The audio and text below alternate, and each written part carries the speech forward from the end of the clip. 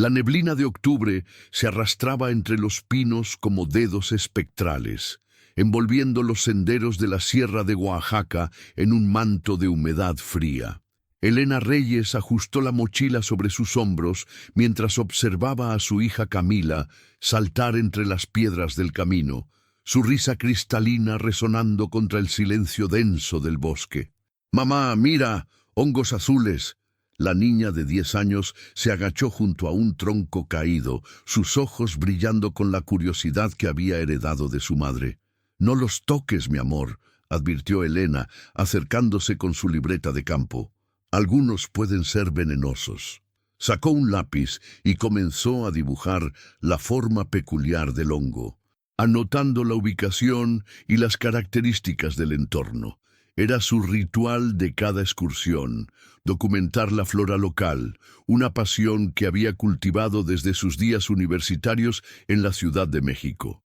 El sendero entre San Miguel Amatlán e Ixtlán de Juárez era conocido por los recolectores locales, pero ese día parecía diferente. La niebla era más densa de lo habitual, moviéndose con una cadencia extraña, como si respirara. Elena había crecido escuchando las historias de su abuela sobre estos bosques, relatos de espíritus antiguos y caminos que cambiaban de lugar, pero su formación científica la había inmunizado contra tales supersticiones. «¿Por qué la neblina es tan espesa aquí?», preguntó Camila, tomando la mano de su madre mientras avanzaban por el sendero estrecho. «Es por la altitud y la humedad», explicó Elena, aunque ella misma notaba algo inusual en la densidad de la bruma. Los bosques de niebla son ecosistemas especiales. Aquí viven plantas que no encontrarás en ningún otro lugar. Habían salido temprano de la cabaña que rentaban en las afueras de Ixtlán. Roberto, el esposo de Elena, se había quedado trabajando en sus informes médicos. Como doctor rural, sus fines de semana libres eran escasos, y Elena había insistido en que aprovechara para descansar. «Camila y yo estaremos bien», le había asegurado con un beso en la frente. «Conocemos estos senderos». Pero ahora, después de 2 horas de caminata, Elena comenzaba a dudar. Los marcadores familiares del camino, el árbol partido por un rayo, la roca con forma de tortuga, el arroyo Cantarín, parecían haber desaparecido o cambiado de lugar. La neblina se había vuelto tan densa que apenas podían ver más allá de 5 metros. «Mamá, tengo frío», murmuró Camila, apretándose contra su madre. Elena se detuvo y sacó el suéter rosa de la mochila, el que la abuela de Camila había tejido con tanto amor. Mientras ayudaba a su hija a ponérselo, un escalofrío recorrió su espalda. No era solo el frío, había algo en el silencio del bosque que la inquietaba. Los pájaros habían dejado de cantar y ni siquiera se escuchaba el zumbido habitual de los insectos. «Vamos a regresar», decidió Elena, girando sobre sus pasos. Pero el sendero por el que habían venido parecía diferente ahora, bifurcándose en direcciones que no recordaba. Sacó la pequeña radio portátil de su mochila. La estática llenó el aire mientras trataba de sintonizar alguna frecuencia. Finalmente logró establecer una conexión débil. «Roberto, ¿me escuchas?». La voz de Elena temblaba ligeramente. «Elena, te escucho mal. ¿Dónde están?». La voz de su esposo sonaba lejana, distorsionada por la interferencia. «En el sendero de los recolectores, pero...». Elena pausó mirando alrededor. La neblina parecía moverse en patrones imposibles, formando remolinos que desafiaban la dirección del viento. «La niebla camina». «¿Qué? No te escucho bien. Dijiste que la niebla camina». «Roberto, algo no está bien. No encuentro el camino de regreso y...». La comunicación se cortó abruptamente. Elena sacudió la radio, pero solo obtuvo estática. El corazón le latía con fuerza mientras Camila la miraba con ojos asustados. «¿Qué pasa? ¿Mamá?». «Nada, mi amor, solo que la señal es mala aquí». Elena forzó una sonrisa tranquilizadora. «Vamos a buscar un lugar más alto para tener mejor recepción». Caminaron durante lo que parecieron horas, aunque el reloj de Elena indicaba que solo habían pasado 30 minutos. La neblina se había vuelto tan espesa que parecía sólida, moviéndose alrededor de ellas como una entidad viva. Camila se aferraba a la mano de su madre con fuerza, sus pequeños dedos entrelazados con los de Elena. Fue entonces cuando lo vieron. Una cabaña emergiendo de la bruma como un espejismo. Era una construcción vieja, de madera oscurecida por los años, con un techo de tejas rojas cubiertas de musgo. Elena no recordaba haber visto ninguna cabaña en sus excursiones anteriores por esta zona. ¿Podemos entrar?, preguntó Camila tiritando. Tengo mucho frío. Elena dudó. Algo en aquella estructura le provocaba una sensación de vértigo, como si mirara hacia un abismo disfrazado de refugio. Pero su hija temblaba, y la neblina parecía cerrarse cada vez más a su alrededor. «Solo un momento», accedió finalmente, «para calentarnos un poco». La puerta de la cabaña se abrió con un quejido prolongado. El interior estaba sorprendentemente limpio, como si alguien la mantuviera. Había una mesa de madera tosca, 2 sillas, y en la pared del fondo dibujos hechos con carbón. Elena se acercó a examinarlos mientras Camila exploraba el pequeño espacio. Los dibujos mostraban figuras humanas caminando entre árboles, pero había algo perturbador en ellos. Las proporciones estaban distorsionadas, y entre las figuras se veían formas que no podían ser árboles ni rocas.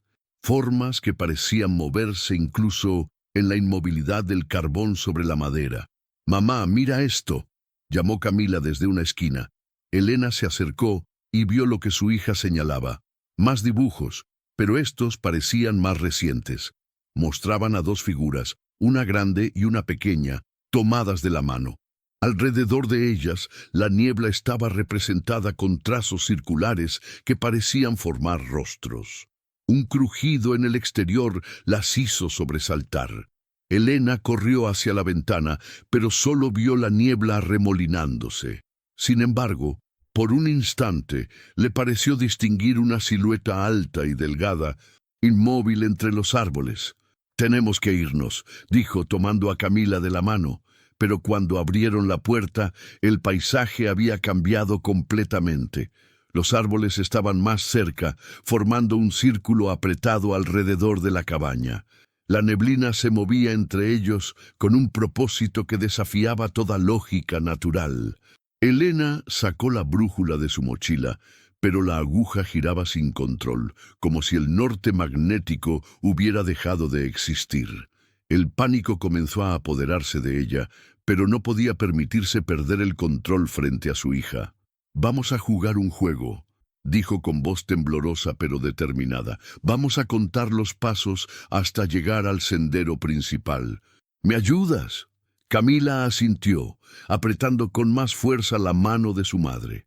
Comenzaron a caminar contando en voz alta. 1, 2, 3. La neblina parecía espesarse con cada paso, hasta que apenas podían verse las manos extendidas frente a ellas. Elena sentía que caminaban en círculos, que el bosque las había atrapado en un laberinto sin paredes. 20, 21, 22. Los árboles susurraban a su alrededor, un sonido que no podía ser solo el viento. Elena recordó las historias de su abuela sobre los antiguos guardianes del bosque, espíritus que protegían ciertos lugares sagrados de la intrusión humana. Había descartado esos cuentos como folclore, pero ahora, 43, 44...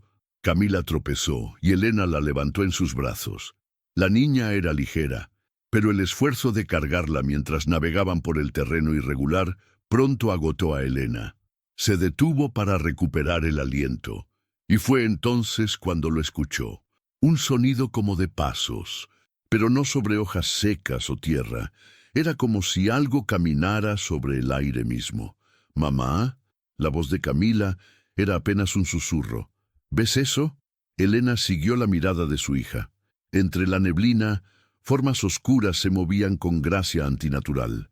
No eran animales ni personas, sino algo intermedio, algo que su mente racional se negaba a procesar. Corrió. Con Camila en sus brazos, corrió como nunca había corrido, sin dirección, solo alejándose de aquellas formas imposibles. Las ramas arañaban su rostro, las raíces la hacían tropezar, pero no se detuvo hasta que sus pulmones ardieron y sus piernas se negaron a dar un paso más. Se dejó caer contra un árbol, abrazando a Camila contra su pecho. La niña lloraba en silencio, su rostro enterrado en el hombro de su madre. «Ya, mi amor, ya pasó», susurró Elena, aunque sabía que mentía. Nada había pasado. De hecho, sentía que todo apenas comenzaba. La neblina las rodeaba como un capullo, aislándolas del mundo conocido. Elena cerró los ojos por un momento, tratando de recuperar la compostura.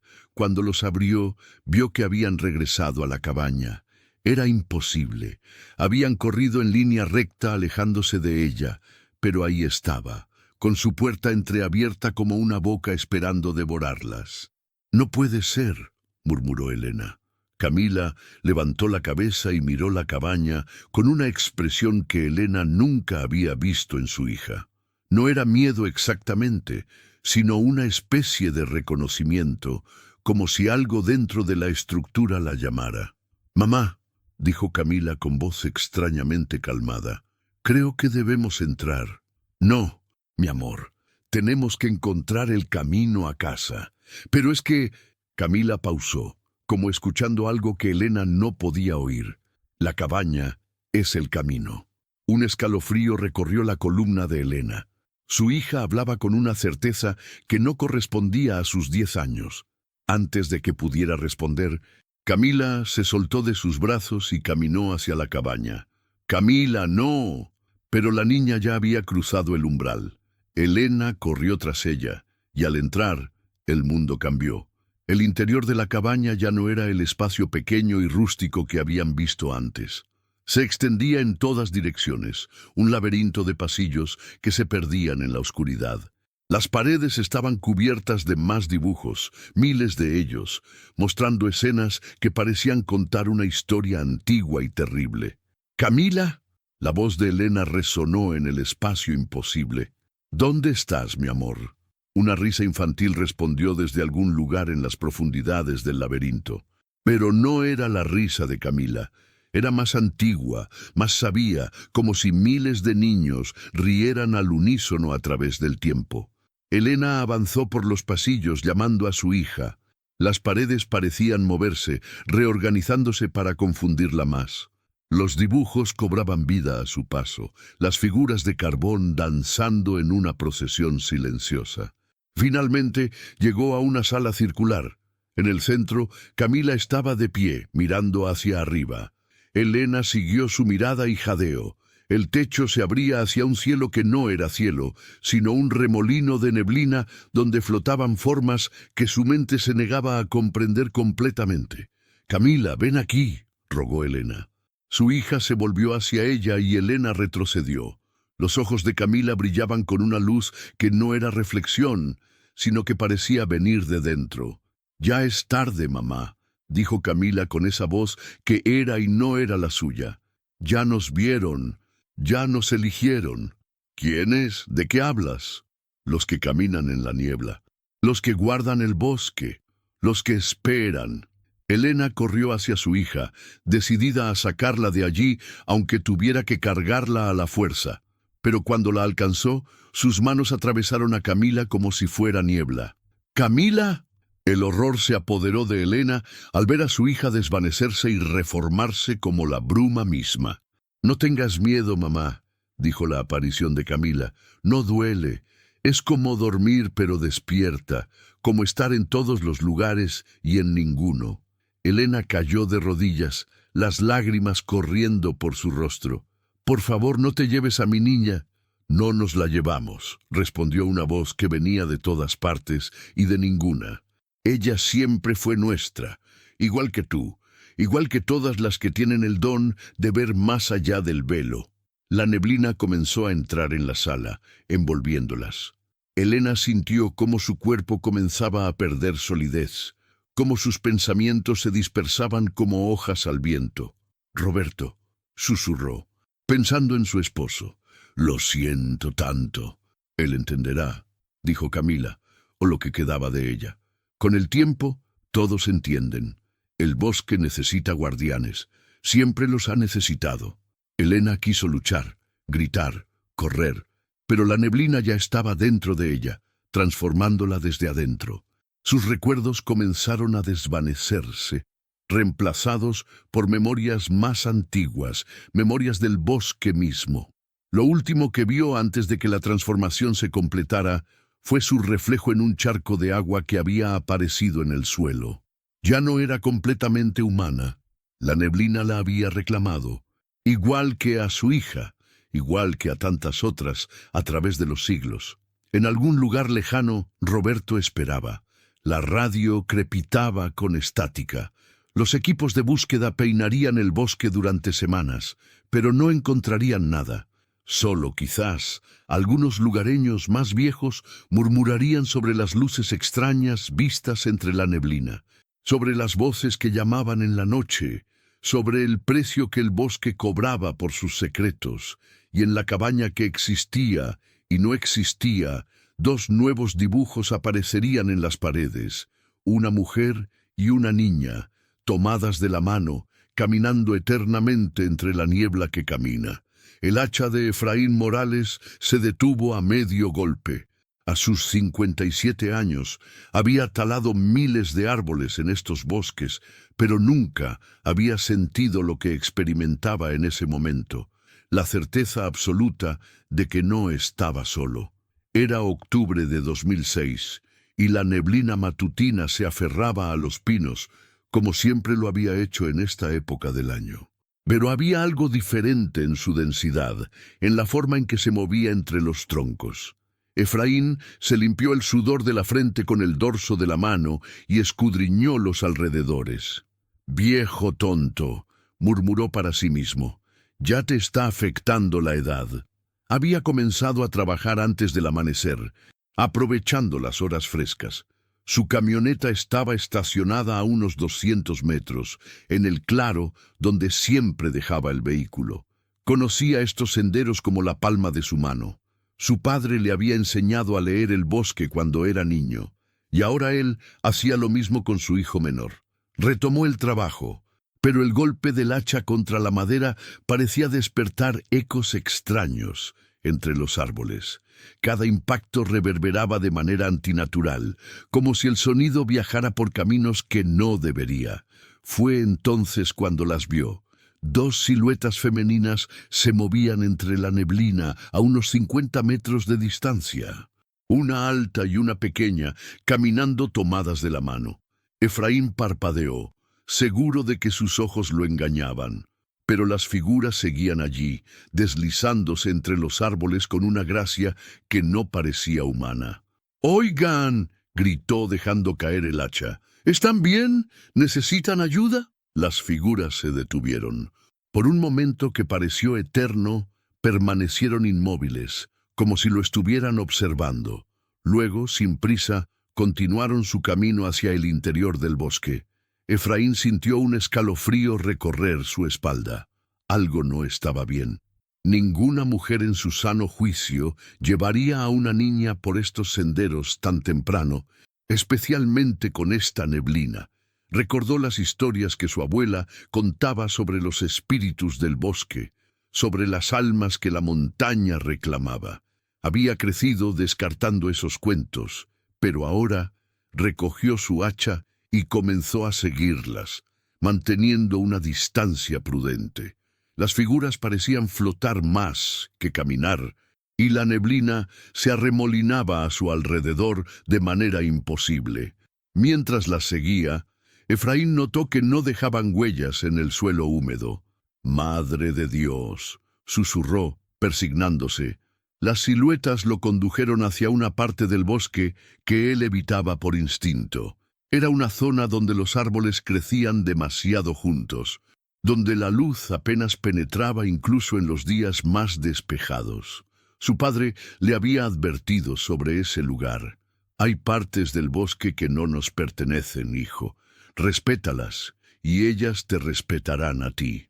Pero Efraín continuó, impulsado por una mezcla de curiosidad y preocupación. Si había personas perdidas, Era su deber ayudarlas. Si había algo más, bueno, necesitaba saberlo. Las figuras se detuvieron frente a una cabaña que Efraín nunca había visto antes, a pesar de conocer cada rincón de estos bosques. Era una construcción antigua, con las paredes cubiertas de musgo y enredaderas. La puerta colgaba entreabierta, moviéndose suavemente a pesar de que no había brisa. Las siluetas entraron en la cabaña y Efraín las perdió de vista. Se quedó paralizado en el límite del claro, cada instinto gritándole que huyera. Pero entonces escuchó algo que lo hizo avanzar. Una voz infantil cantando una canción de cuna que su propia madre solía cantarle. «Duérmete, mi niña, duérmete, mi amor, duérmete, pedazo de mi corazón».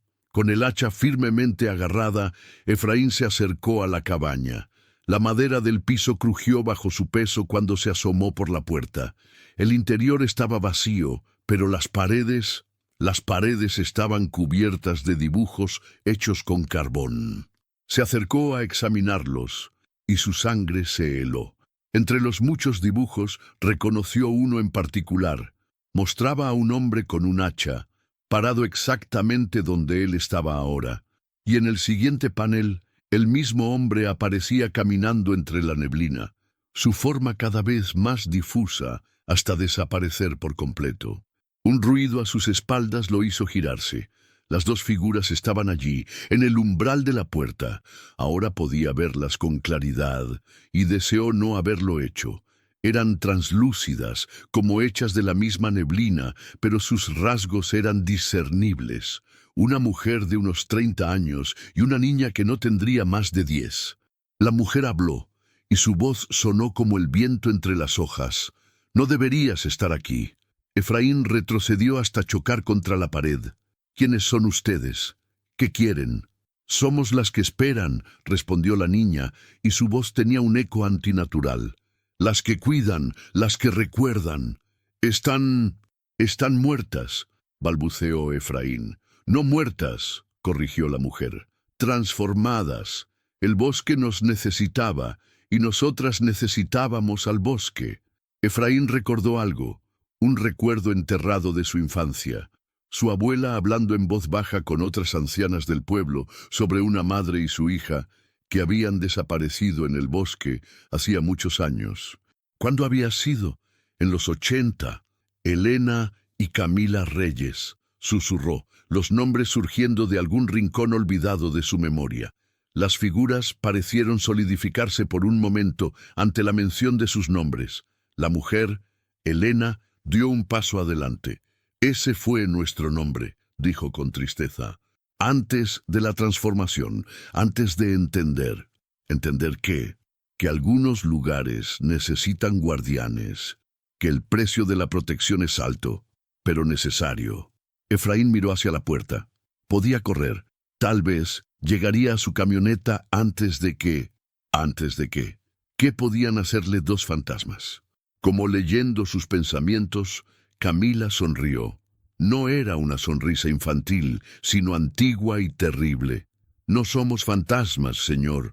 Somos algo más antiguo, algo que existía antes de que los hombres nombraran las cosas». La neblina comenzó a entrar por la puerta y las ventanas, llenando la cabaña. Efraín sintió cómo el aire se espesaba, dificultando la respiración. «Por favor», rogó, «tengo familia, hijos». Elena pareció conmoverse. Por un momento, sus facciones se hicieron más humanas, más dolientes. «Yo también los tenía», dijo. «Un esposo, una vida, pero el bosque elige a quien elige, y ahora te ha visto». «No». Efraín levantó el hacha, aunque sabía que era inútil contra lo que enfrentaba.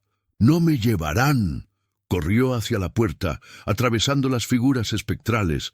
Por un instante sintió un frío imposible, como si hubiera sumergido su cuerpo en nitrógeno líquido, pero logró salir de la cabaña y corrió como no había corrido desde que era joven. Los árboles pasaban borrosos a su lado mientras se abría camino entre la maleza.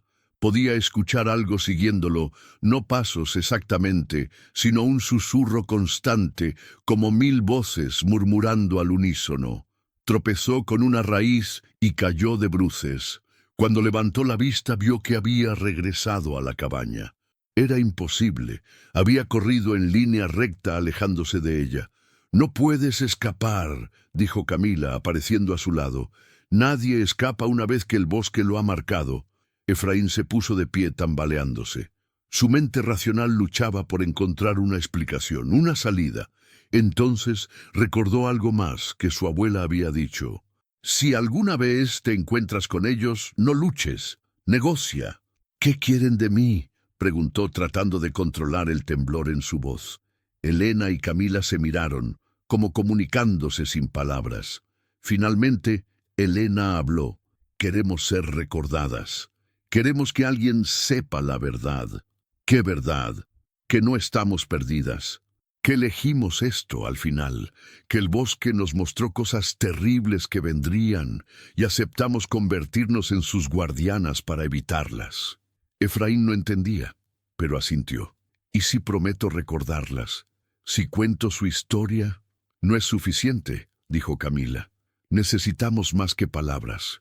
Necesitamos pruebas». La niña espectral señaló hacia un rincón de la cabaña. Allí, parcialmente oculto bajo hojas secas, había algo rosado. Efraín se acercó cautelosamente y lo recogió. Era un suéter de niña, perfectamente conservado a pesar de los años. «Llévalo», ordenó Elena. «Llévaselo a quien pueda entender.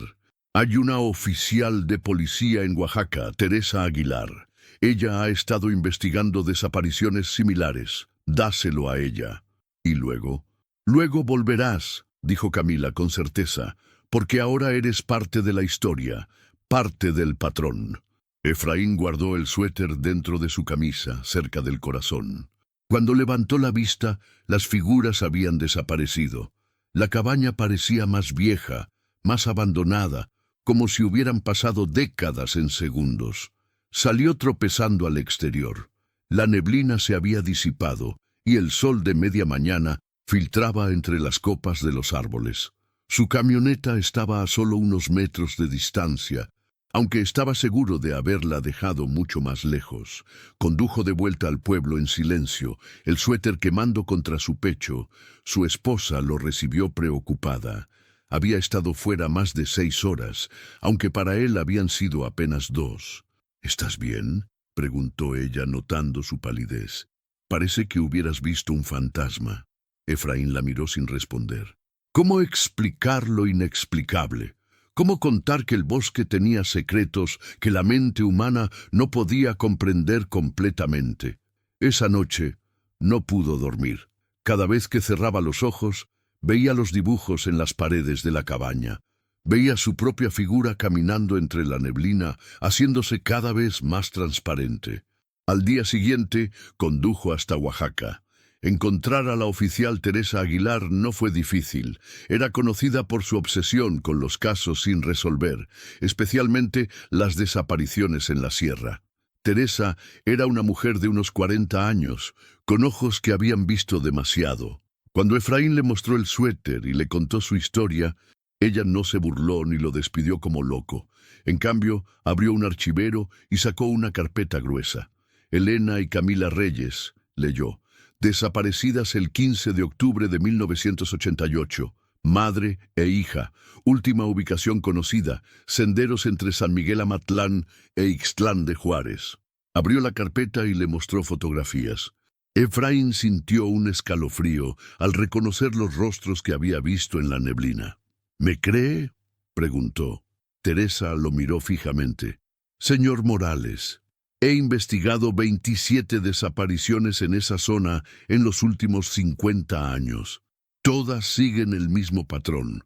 Personas que se adentran en el bosque durante la temporada de neblina. Búsquedas exhaustivas que no encuentran nada. Y luego, años después, avistamientos como el suyo». Sacó otra carpeta. «Pero hay algo más.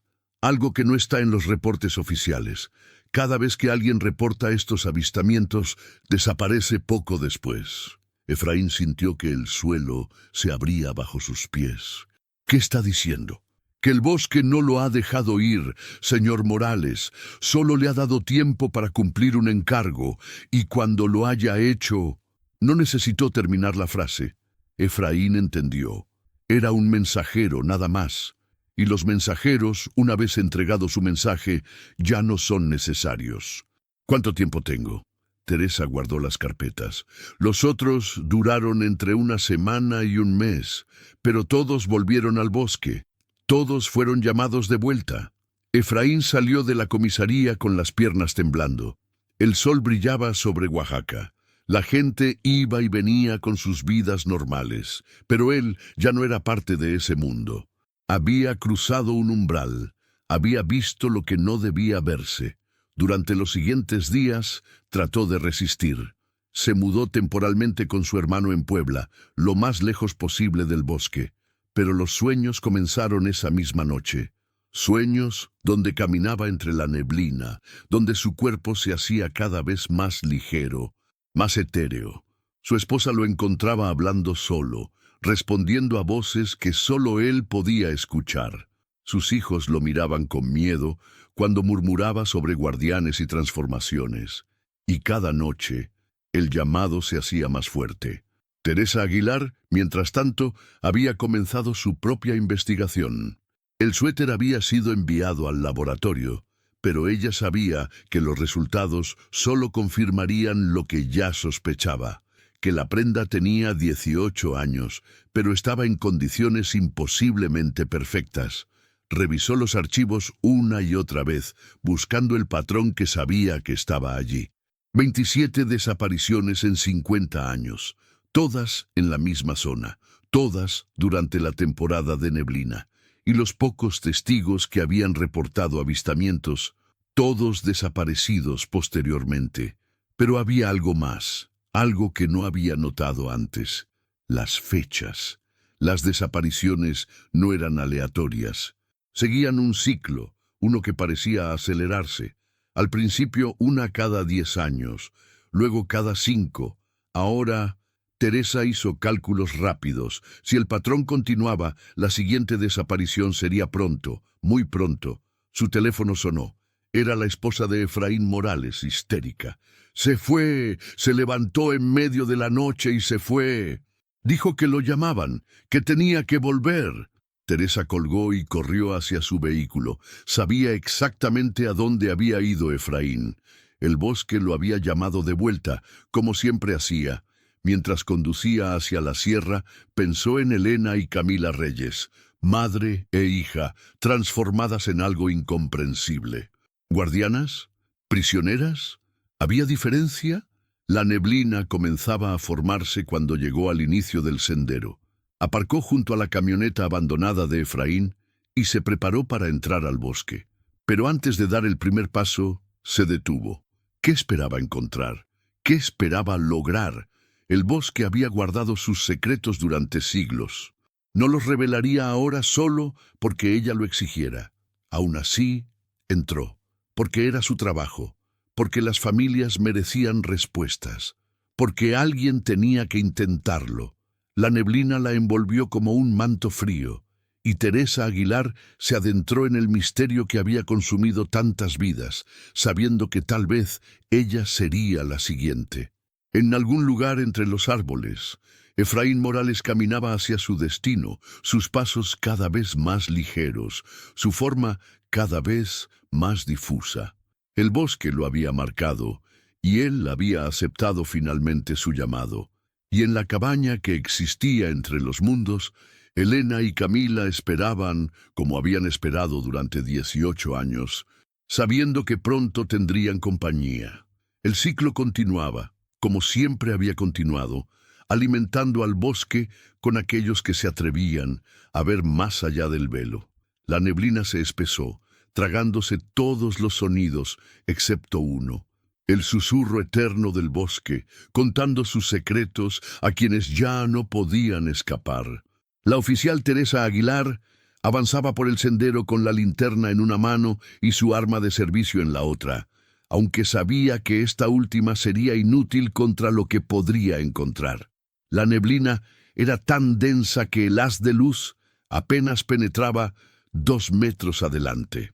Había perdido el rastro de Efraín Morales hacía 20 minutos, y ahora ni siquiera estaba segura de estar en el sendero correcto. Su radio crepitó con estática. Había informado su posición antes de entrar al bosque, pero la comunicación se había cortado casi inmediatamente. Era como si la montaña misma bloqueara las señales, aislándola del mundo exterior. Un sonido la hizo detenerse. Pasos. No exactamente pasos. Era más como un arrastre, como si algo pesado se moviera entre la hojarasca. Teresa apuntó su linterna hacia el origen del sonido, pero solo vio niebla arremolinándose entre los troncos. «¿Señor Morales?», llamó. «Soy la oficial Aguilar. Su familia está preocupada». Silencio. Luego, una voz que parecía venir de todas partes. «Ya es tarde para él». Teresa giró en círculo, tratando de localizar la fuente. La voz era femenina, adulta, pero con un timbre que no parecía completamente humano. «¿Elena Reyes?», aventuró, recordando los archivos que había estudiado durante años. Una risa suave, como hojas secas moviéndose con el viento. «Ese fue mi nombre, antes». La neblina se apartó parcialmente, revelando una figura translúcida a unos metros de distancia. Teresa contuvo un jadeo. La mujer, o lo que quedaba de ella, era hermosa de una manera terrible. Su forma fluctuaba entre lo sólido y lo etéreo, como si no pudiera decidir en qué estado de la materia existir. «¿Dónde está Efraín Morales?» «Transformándose», respondió Elena, «como todos los que el bosque elige, como usted misma, eventualmente». Teresa sintió un escalofrío, pero mantuvo su compostura profesional. «He investigado 27 desapariciones. Todas aquí. ¿Por qué? ¿Qué quiere este lugar?» Elena se acercó y con cada paso parecía hacerse más sólida. Teresa pudo ver detalles.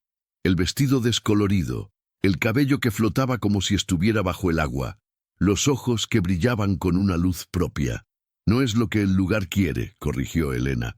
«Es lo que el lugar necesita. Guardianes, protectores, intermediarios entre lo que ustedes llaman realidad y lo que yace debajo». «No entiendo». «Ni yo entendía al principio». Elena miró hacia la neblina como recordando. «Camila y yo solo queríamos explorar, documentar las plantas, pero el bosque nos mostró la verdad. Hay cosas antiguas aquí, cosas que duermen, si despiertan sin guardianes que las contengan». No terminó la frase, pero Teresa sintió el peso de la amenaza implícita. «Entonces, ¿ustedes son prisioneras?» «Somos necesarias». La voz de una niña se unió a la conversación. Camila apareció junto a su madre, tan etérea como ella, como los glóbulos blancos en la sangre, como los anticuerpos contra una infección. Teresa observó a la niña espectral, notando cómo había algo antiguo en sus ojos infantiles. «¿Cuántos años tienes ahora, Camila?» 10, siempre 10. El tiempo no pasa igual aquí». La niña inclinó la cabeza. «Estudiando a Teresa, pero he aprendido tanto. He visto los hilos que conectan todas las cosas. He escuchado los cantos de las estrellas». «Muéstrenme a Efraín», exigió Teresa. «Tal vez aún pueda salvarlo». Madre e hija se miraron con algo parecido a la compasión. «Síguenos», dijo Elena finalmente. «Pero prepárese, lo que verá cambiará su comprensión de todo». Las siguió a través de la neblina, notando cómo el paisaje parecía cambiar con cada paso. Los árboles se volvían más antiguos, más retorcidos. El suelo bajo sus pies a veces parecía sólido, a veces como si caminara sobre nubes. Llegaron a un claro donde la neblina formaba un muro circular. En el centro, Efraín Morales estaba de rodillas, con las manos hundidas en la tierra. Pero no era el hombre robusto que Teresa había conocido el día anterior. Su cuerpo parecía haberse adelgazado. Su piel había adquirido una cualidad translúcida. «Señor Morales». Teresa corrió hacia él, pero una barrera invisible la detuvo. Efraín levantó la cabeza y Teresa retrocedió al ver sus ojos. Brillaban con la misma luz antinatural que los de Elena y Camila. «Ya los escucho», murmuró. «Los que duermen, los que sueñan. tienen tanta hambre. Han esperado tanto tiempo. ¿Qué le están haciendo? Teresa se volvió hacia Elena, furiosa. Lo que nos hicieron a nosotras. Lo que le harán a usted si permanece mucho más tiempo. Elena se acercó a la barrera. El bosque marca a los que tienen la sensibilidad para percibir lo invisible. Efraín nos vio, lo que significa que ya tenía la capacidad latente, como usted, oficial Aguilar. Teresa sintió un hormigueo en la piel, como si miles de ojos invisibles la observaran. No, yo solo investigo desapariciones. Soy una escéptica. ¿Lo es? Camila apareció a su lado. Entonces, ¿por qué ha dedicado 10 años a investigar estos casos? ¿Por qué siente la compulsión de volver aquí una y otra vez? ¿Por qué puede vernos cuando otros solo ven niebla? Las palabras golpearon a Teresa como puñetazos. Era verdad. Desde que había tomado el primer caso de desaparición en esta zona, había sentido una atracción inexplicable. Las noches sin dormir revisando archivos, las visitas constantes al bosque, la obsesión que había destruido su matrimonio. No, susurró, es solo dedicación profesional. Elena la miró con algo parecido a la piedad. Mire sus manos. Teresa bajó la vista y jadeó. Sus manos brillaban débilmente, como si una luz suave emanara de su piel. La transformación había comenzado. ¡No!, retrocedió tropezando.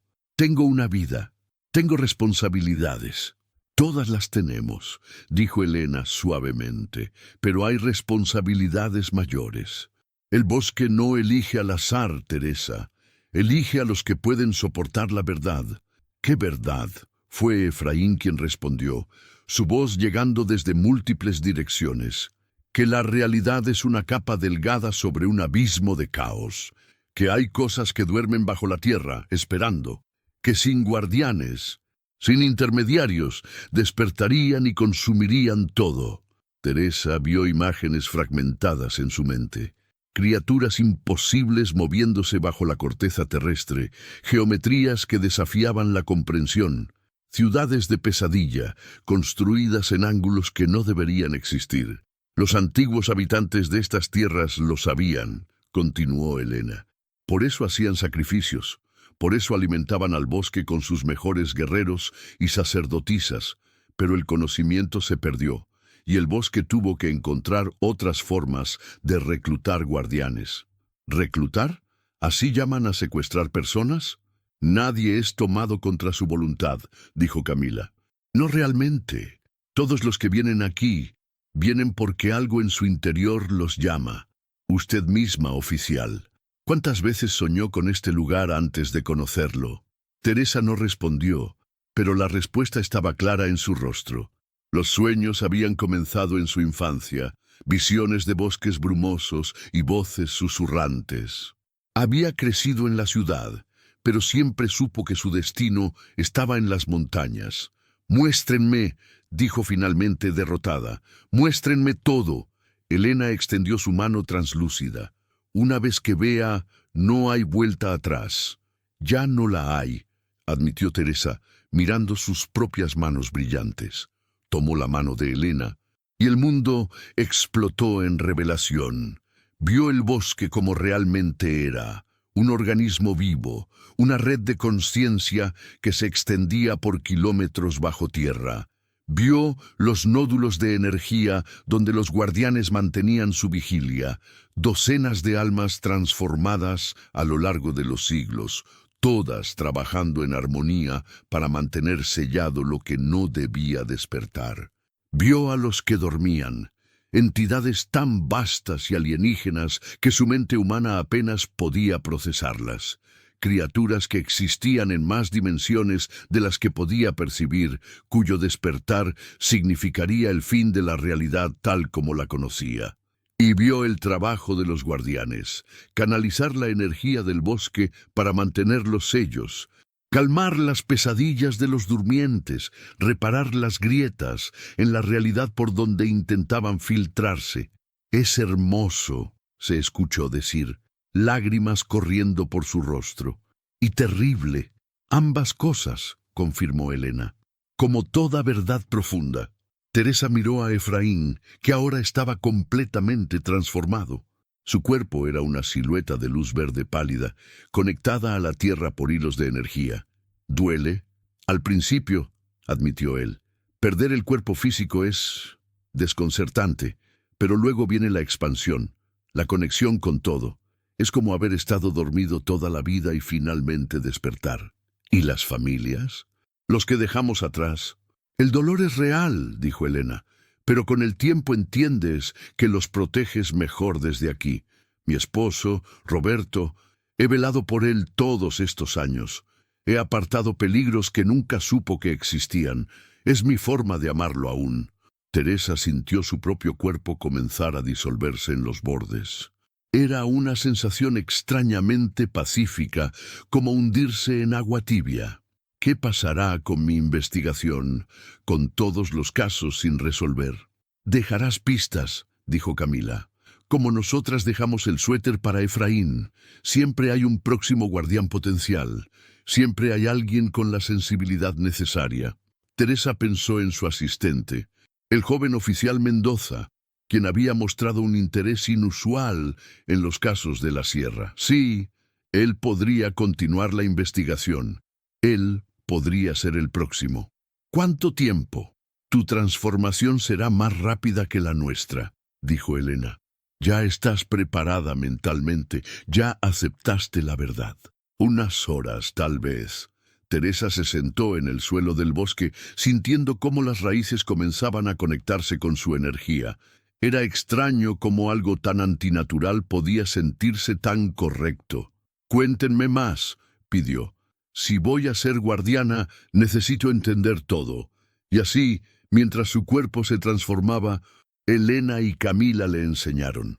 Le mostraron cómo leer los patrones de energía, cómo fortalecer los sellos, cómo calmar a los durmientes cuando sus sueños se volvían inquietos.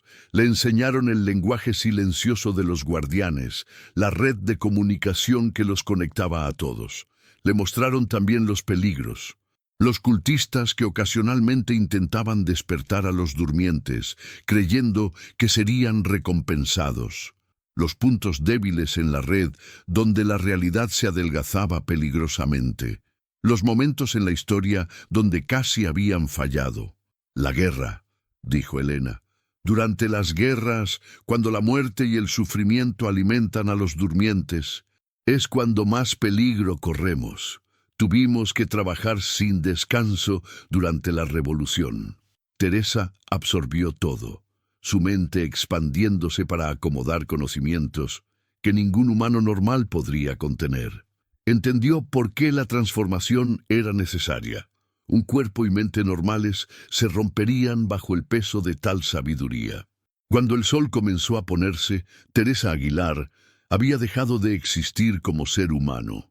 En su lugar, había una nueva guardiana, una luz más en la red que protegía al mundo de horrores inimaginables.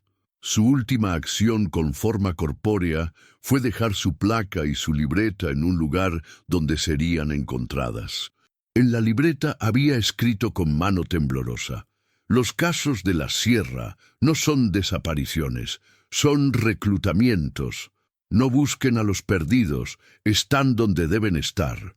Oficial Mendoza: «Los archivos están en mi escritorio, segundo cajón.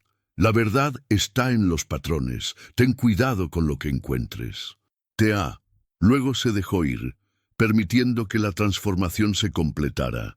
En el pueblo, el oficial Mendoza sintió un escalofrío inexplicable. Se levantó de su escritorio y miró hacia las montañas, donde la neblina comenzaba a formarse con la llegada de la noche. Mañana, pensó, iría a buscar a la oficial Aguilar. Mañana comenzaría a entender por qué ella había dedicado su vida a esos casos imposibles. No sabía que en ese momento Teresa lo observaba desde la red de guardianes, sabiendo que él sería el próximo en escuchar el llamado. El ciclo continuaba, como había continuado durante siglos, como continuaría mientras los durmientes necesitaran ser contenidos. En la cabaña que existía entre mundos apareció un nuevo dibujo en la pared, Una mujer con uniforme de policía transformándose en luz, uniéndose a la eterna vigilia.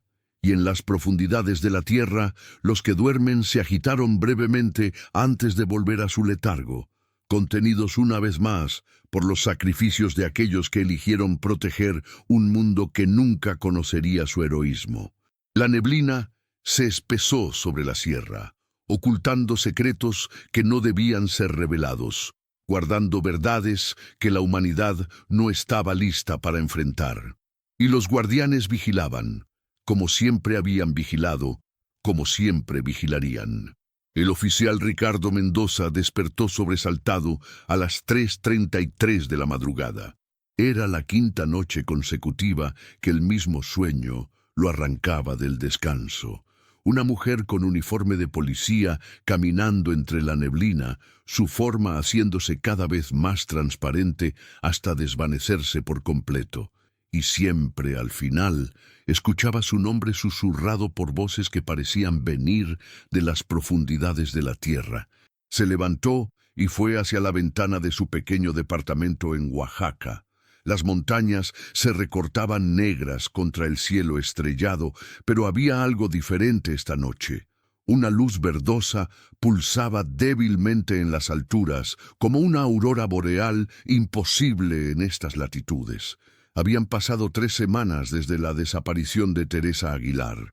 La búsqueda oficial había sido cancelada después de encontrar su placa y libreta.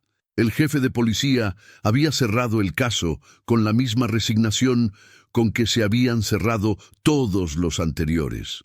Otra víctima de la sierra, otro misterio sin resolver. Pero Ricardo no podía dejarlo ir. Había leído y releído la nota de Teresa hasta memorizar cada palabra. La verdad está en los patrones. ¿Qué patrones?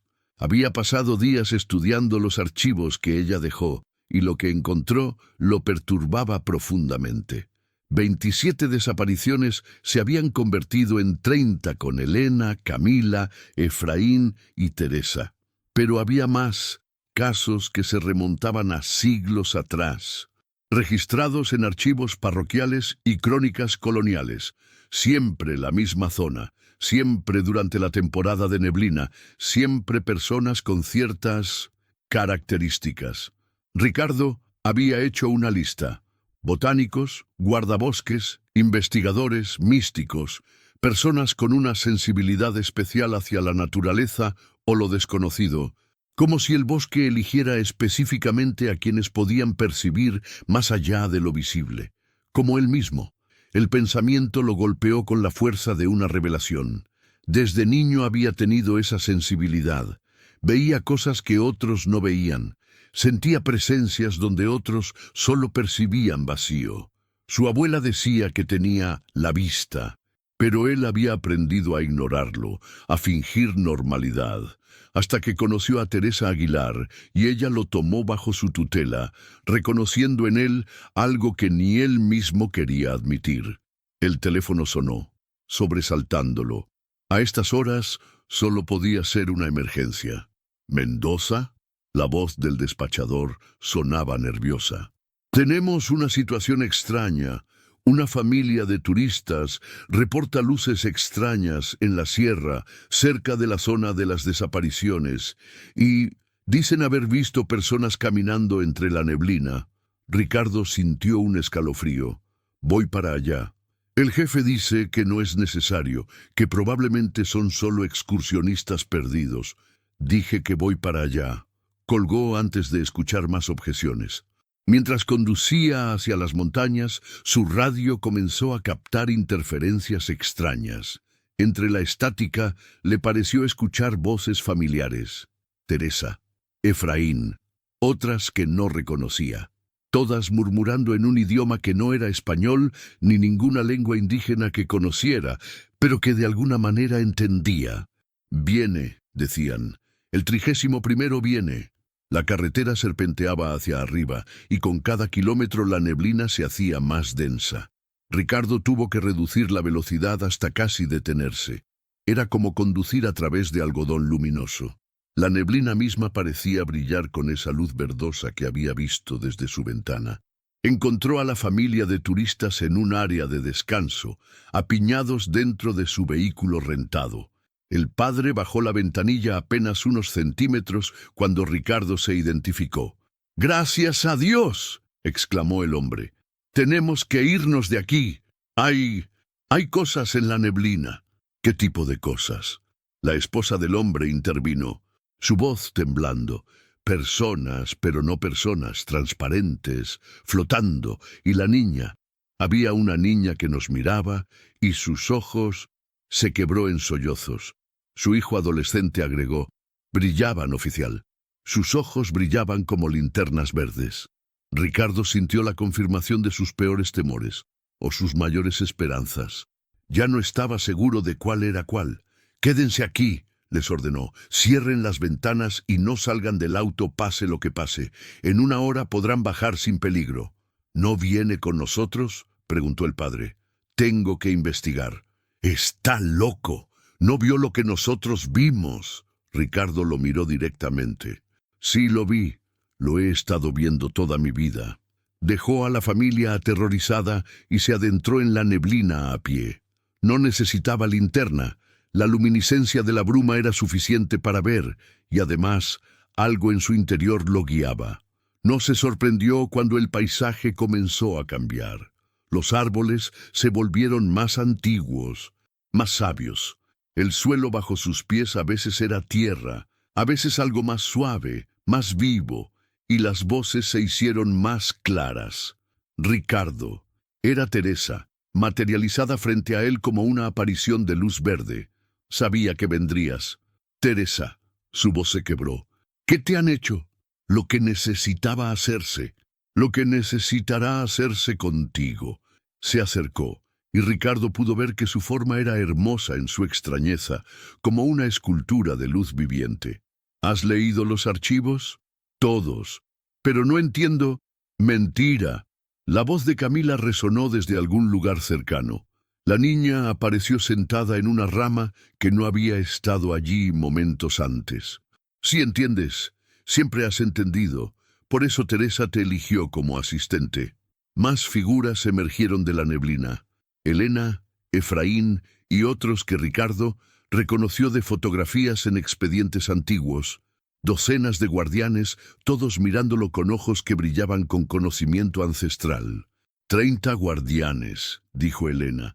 El bosque necesita 31 para completar el círculo, para fortalecer los sellos antes del gran despertar. ¿Qué gran despertar? Fue Teresa quien respondió.